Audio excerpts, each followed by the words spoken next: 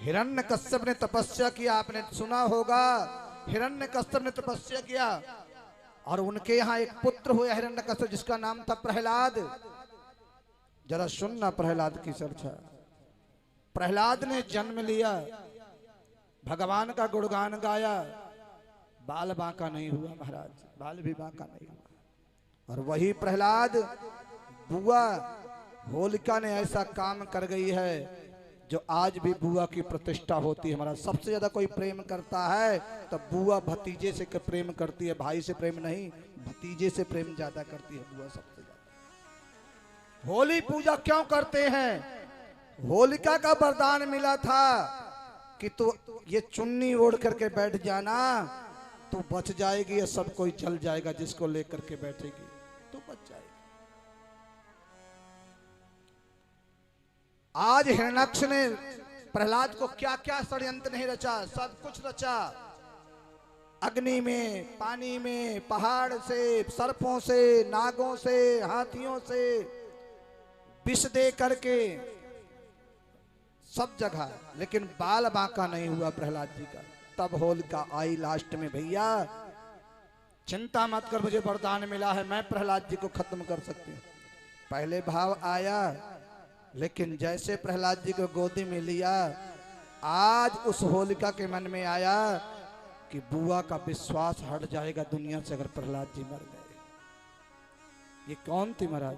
हिरण्यकश्यप की बहन थी ये, और उनकी पत्नी का बेटा क्या हुआ? भतीजा हुआ।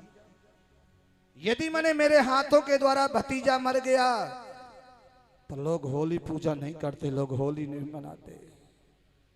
सबसे ज्यादा यदि प्रेम करती है बुआ तो भतीजे से प्रेम करती है सबसे ज्यादा।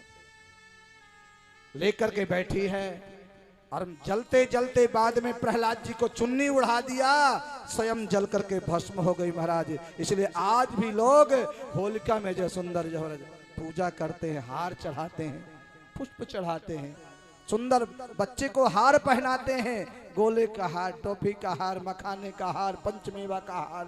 किसकी वजह से? ये बुआओं की वजह से। बुआ को पता चल जाए मेरे घर में भतीजा होने वाला है, भाई के यहाँ बालक होने वाला है, 2 महीना पहले जाकर डेरा डाल देती है महाराज, 2 महीने पहले से। और फिर भाभियां ऐसी होती हैं महाराज, देना तो पड़ेगा, खूब काम करवाती हैं। हाँ, खूब काम करो, देना तो पड़ेगा। फिर बेचारी लेने के चक्कर में बुआ लगी रहे रात दिन, रात दिन लगी रहती है। ये उपकार होता है 2-2, 4-4 महीने पहले। आज भी महाराज वही प्रहलाद जी को मारना चाहा। हिरण्यकश्यप ने पूछा क्या तेरा भगवान इस खंभे में है? दृश्यते। प्रहलाद जी ने कहा सब जगह मेरा भक्त नारायण है, इस खंभे में भी है। गदा का प्रहार किया, मेरे नरसिंह भगवान खंभे में से प्रकट हो गए। भगवान नरसिंह खंभे में से। बहुत अद्भुत कथा, जरा ध्यान से देखना। नरसिंह भगवान ने प्रहलाद जी को बचा लिया, हिरण्याक्ष को मार दिया। विकराल शरीर है, शेर का मुख है और बाकी मनुष्य का मुख है, क्योंकि वरदान मांगा था, न आगे मरूं, न पीछे मरूं, न दिन में मरूं, न रात में मरूं, न आकाश में, न पृथ्वी में, न अंदर न बाहर। 12 महीने में किसी महीने मेरी मृत्यु न हो। ये जो पुरुषोत्तम का महीना चल रहा है, ये पुरुषोत्तम मासी मानना प्यारे, क्योंकि 2 सावन है, थोड़ा सा बचा है। यह तो महाराज शुरुआत का अच्छा होता है, या जाते हुए को अच्छा होता है। सावन का विश्राम होगा और शिव महापुराण को आपको आशीर्वाद प्राप्त होगा प्यारे। शिव महापुराण का आशीर्वाद प्राप्त। श्रावण का लास्ट सोमवार होगा, जिस दिन आप लोग भंडारे का प्रसाद लोगे, यज्ञ का, अभिषेक का। आप लोग बड़े भाग्यशाली हो, ये समय मिलने वाला नहीं है, कभी ये समय नहीं मिलेगा। भगवान ने 12 महीने में किसी मृत्यु ना हो, खड्ग से, न तलवार से, न मनुष्य से, न पशु से, नर से, न नारी से। भगवान ने 13वां महीना बनाया और हिरण्यकश्यप को मारा। भगवान का क्रोध शांत नहीं हो रहा है। ध्यान से सुनना, बाकी कथा तुमने भागवत में सुन रखी है। भगवान का क्रोध आया और भगवान नरसिंह क्रोध में इतने पागल हो गए महाराज कि कहीं भी जाते नरसिंह भगवान उस वस्तु को तोड़ देते, किसी को पा जाते फेंक देते। किसी देवताओं की हिम्मत नहीं थी भगवान नरसिंह का क्रोध शांत कर सके।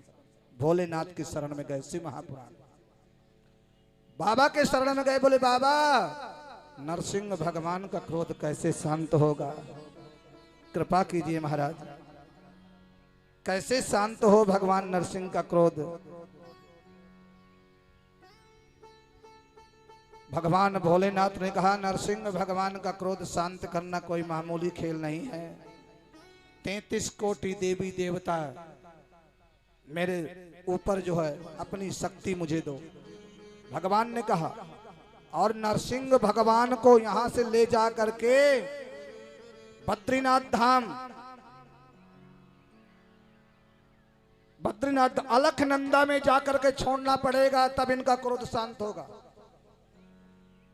आप लोग जब बद्रीनाथ धाम गए, अलखनंदा में 33 कोटि देवता भगवान के अंदर प्रवेश किए भोलेनाथ को, और भोलेनाथ ने तुरंत सारे मग पक्षी का रूप धारण किया। बहुत विकराल शक्ति बल, सारे मग पक्षी का रूप धारण किया। और भगवान शंकर ने नरसिंह भगवान को पंजों में दबाया, और पंजों में दबा करके भोलेनाथ वहां से उड़े महाराज, और अलखनंदा में जाकर के नरसिंह भगवान को बैठाया, वहां उनको छोड़ा। और उस अलखनंदा के जल से नरसिंह भगवान का, भोलेनाथ नरसिंह भक्त क्रोध शांत हुआ। आज भी प्यारे अलखनंदा में जो बद्रीनाथ धाम गए हैं, जो केदारनाथ गए हैं, जो व्यास गुफा में गए हैं, वहां आज भी नरसिंह शिला का दर्शन होता है। नरसिंह भगवान आज भी वहां विराजमान है, आज भी वहां भगवान नरसिंह है। और वहां पे महाराज कहते हैं यदि अलखनंदा में